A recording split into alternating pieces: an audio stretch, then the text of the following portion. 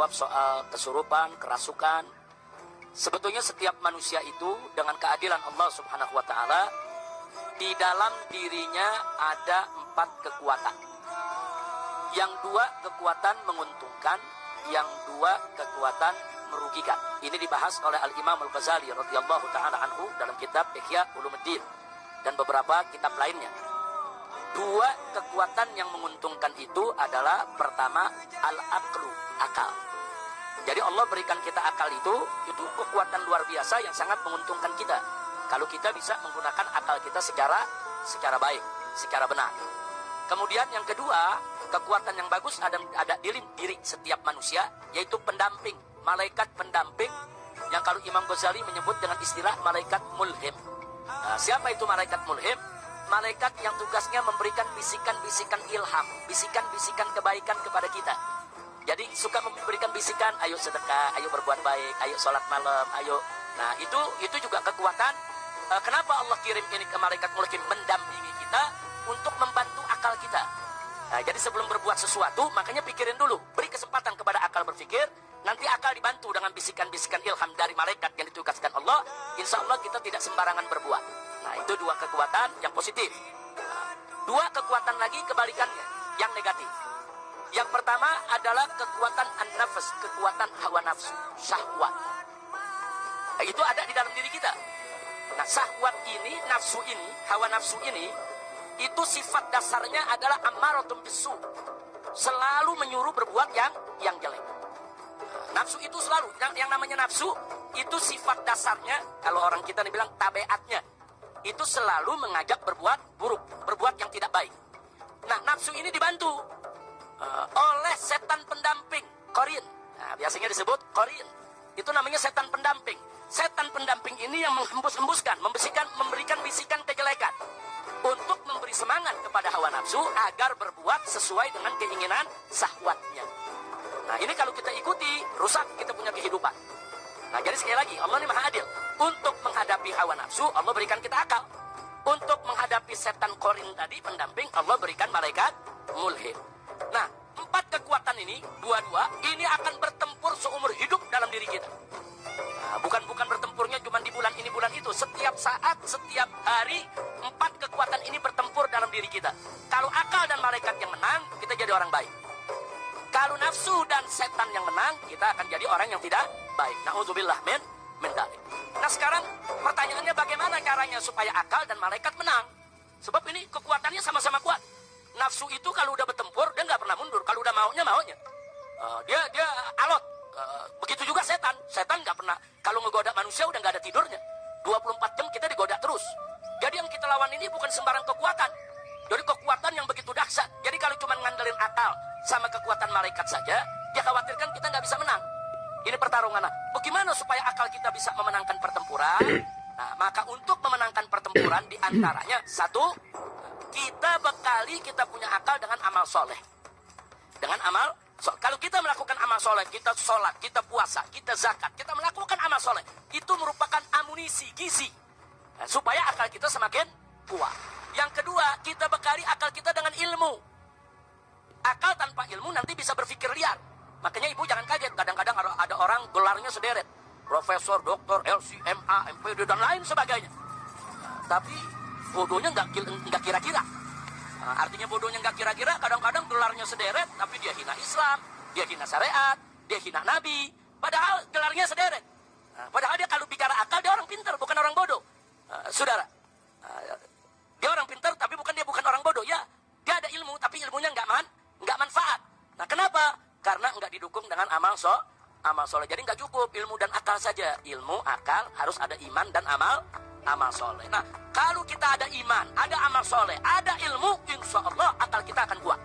Akal kita akan bertempur habis-habisan untuk menundukkan hawa nafsu nggak bisa dibunuh. Hawa nafsu nggak bisa dibunuh. Hawa nafsu itu harus ditaklukkan, dikendalikan. Nah, kalau hawa nafsu itu sudah takluk, itu disebut an-nafsul mutmainnah, nafsu yang tenang. Nah, kalau nafsu belum ditundukkan namanya ammaratun bisu. An-nafsu ammaratun bisu. Tapi kalau dia sudah takluk, namanya an-nafsul mutmainnah. Nah, kalau dia sudah tenang dan pada akhirnya dia betul-betul tunduk hanya ingin ibadah, sampai nafsunya hanya ingin ibadah saja. Jadi bukan sekedar takluk, maka nafsu tadi menjadi nafsu radiyatam mardiyah. Jadi nafsu itu macam-macam. Ada ammaratun bisu, ada nafsu yang mutmainnah, ada nafsu yang radiyah, ada nafsu yang mardiyah. Kira-kira jelas gak Ibu? Nah tadi dikupas oleh saya punya putri, yaitu Syarifah Mumtaz Syihab. Beliau tadi mengatakan kepada kita tentang fikir. Tadi kan ada bicara soal fikir. Nah, dan beliau tadi, saya punya putri ini, Mumtaz, menyampaikan satu ayat firman Allah yang berbunyi, ala bizikrillahi tatmainnul qulub. Nah, jadi ingat, bahwa zikir kepada Allah itu bisa menenangkan hati. Jadi zikir kepada Allah itulah sebagai amunisi akal kita dalam bertempur menaklukkan hawa nafsu. Semakin bagus zikir kita, semakin banyak, semakin berkualitas, akal iman kita akan semakin kuat dan hawa nafsu tidak akan pernah bisa untuk menguasainya. Nah, kira-kira jelas ya. Nah, sekarang kita cerita soal kemasukan jin, kesurupan. Jadi jangan kaget kalau ada jin itu bisa masuk ke diri kita, karena dalam diri kita udah ada temennya. Kan udah ada temennya tadi, setan apa namanya? Setan korin. Saudara, jangan kaget kalau ada jin dari luar mau masuk ke dalam tubuh kita, kalau setan korinnya kuat menguasai kita. Kalau setan korinnya menguasai kita, dia tinggal buka pintu, jin yang mana juga masuk dalam diri kita ya, kawan. Na'udzubillah min dzalik. Maka itu jangan buat setan korin ini punya pintu untuk mengundang jin lain menguasai diri kita. Nah, makanya kalau kita nggak meninggalkan sholat 5 waktu, pikir kita kuat, kita baca rotib, baca hizib, baca wirid, insya Allah tidak akan kesurupan, tidak akan kerasukan, tidak akan kemasukan jin yang lain manapun. Sebab jin akan merasa kepanasan manakala masuk ke dalam tubuh kita, sementara diri kita banyak berzikir, banyak wirid, dan nggak pernah meninggalkan sholat. Kira-kira jelas Ibu ya? Dan Ibu tadi sudah betul. Kalau ada keluarga kita yang kelihatannya berbeda, seperti dianggap kemasukan jin atau kesurupan, sudah betul. Ruqyah, yaitu dengan membacakan ayat-ayat suci Al-Quran. Ada ayat-ayatnya, ada bagian dari surat Al-Baqarah, ada bagian dari surat Al-Jin, ada bagian dari surat-surat lain. Dibacakan. Itu cara Ibu sudah betul. Hanya saja kalau Ibu merasa meruqyah anak Ibu tidak berhasil, cari orang yang pandai ruqyah yang bisa berhasil. Biasanya ahli-ahli ruqyah yang kita cari yang akhlaknya bagus, bukan sekedar dia bisa baca aja, bukan.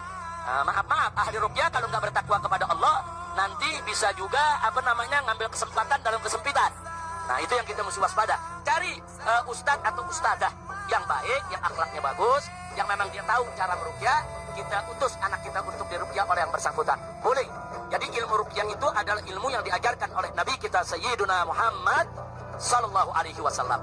Nah, sekarang pertanyaannya, bagaimana kalau kita minta doa kepada habaib, kepada kiai, kepada ustadz? Boleh, itu ajaran Nabi. Jangankan kita, Bu ya. Nabi alaihi salatu wasallam suatu ketika Sayyidina Umar Ibnul Khattab radhiyallahu taala anhu pengen menunaikan ibadah umrah. Nah, saat itu Nabi nggak pergi umrah, Sayyidina Umar yang mau umrah. Apa kata Nabi kepada Sayyidina Umar? Nabi mengatakan kepada Sayyidina Umar, "La tansani fid du'a ya ukhay." Jangan kau lupakan aku dalam doamu, wahai Umar. Subhanallah. Wahai saudaraku Umar, jangan kau lupakan aku dalam doamu. Padahal kan Nabi nggak butuh doa dari sahabatnya, Nabi nggak butuh doa dari umatnya. Nabi udah dapat limpahan rahmat luar biasa dari Allah. Tapi kenapa Nabi masih nitip doa? Nah, jangan lupa, ingat-ingat kita dalam doa ente. Nah, ini makanya di sini perlu kita tahu bahwa Nabi dalam hal tersebut bukan butuh daripada doa kita, tapi Nabi mendidik dan mengajarkan kita. Kalau ada orang pengen umroh, minta doanya. Kalau ada orang pengen haji, minta doanya. Kalau ada orang-orang yang ingin musafir, doanya gobol, minta doanya. Nah, kalau Nabi aja minta doa para sahabat, kenapa kita sombong gak mau minta doa? Jadi minta doa kepada orang lain, Ibu, itu ajaran Islam. Siapa bilang kita gak boleh minta doa? Boleh minta doa kepada ustadzah, minta doa kepada ustadz, minta doa kepada habaib, minta doa kepada kiai, minta doa kepada orang-orang soleh. Tapi jangan lupa, sebetulnya ada doa yang gobol di rumah kita yang Allah gak bakal tolak, yaitu doa ibu kita. Jangan kita repot nyari-nyari doa ke sono kemari, keliling ke sana kemari, ibu kita lupakan di samping kita. Padahal kita punya ibu, kita punya ayah yang ada di rumah kita, doanya untuk anak nggak ada hijab. Nah, jadi sekali lagi sebelum kita keliling doa kemana-mana, minta dulu doa kepada ayah dan ibu. Insya Allah, mudah-mudahan anak ibu Allah kasih sehat, sembuh, dan ibu-ibu di sini nggak usah khawatir dengan hal-hal yang sedemikian rupa. Semua bisa kita atasi, yaitu dengan jangan tinggalkan sholat 5 waktu, jangan tinggalkan puasa Ramadan, jangan berbuat maksiat. Dan ada waktu-waktu tertentu Nabi memberi isyarat, kalau maghrib tutup pintu rumah, masukkan anak-anak ke rumah. Itu ada hadisnya. Nah, jadi kata Nabi jangan anak-anak itu dibiarkan berkeliaran di luar. Kenapa? Karena saat itu setan lagi lalu lalang, jin lagi lalu lalang. Itu ada hadisnya, Ibu.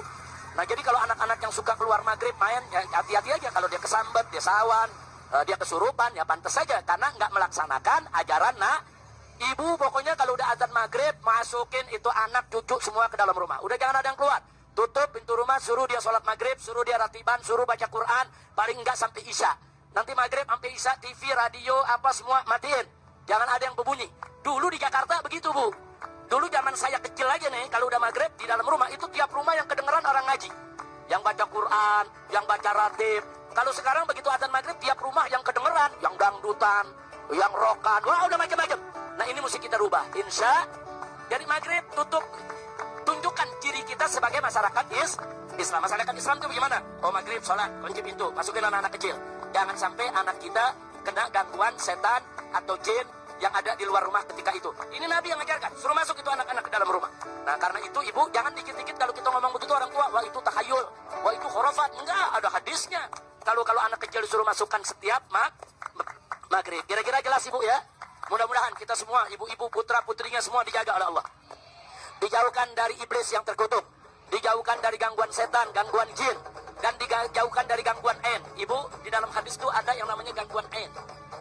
Ain itu, penyakit ain itu, makanya kalau ibu punya anak atau cucu yang lucu, yang bagus, jangan terlalu sering dipertontonkan depan orang. Hati-hati, nanti ada orang punya kekuatan mata yang bagaimana, itu bisa menimbulkan penyakit di anak kita.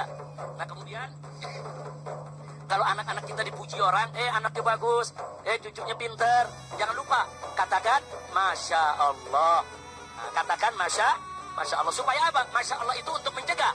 Jangan sampai anak kita kena omongan orang. Itu akhlak Islam. Nanti insya Allah di majelis ini kita tunjukkan bagaimana akhlak-akhlak Islam itu yang seperti tadi, yang orang pikir itu bid'ah khurafat, ternyata ada dalilnya dari Nabi kita Sayyiduna Muhammad Sallallahu Alaihi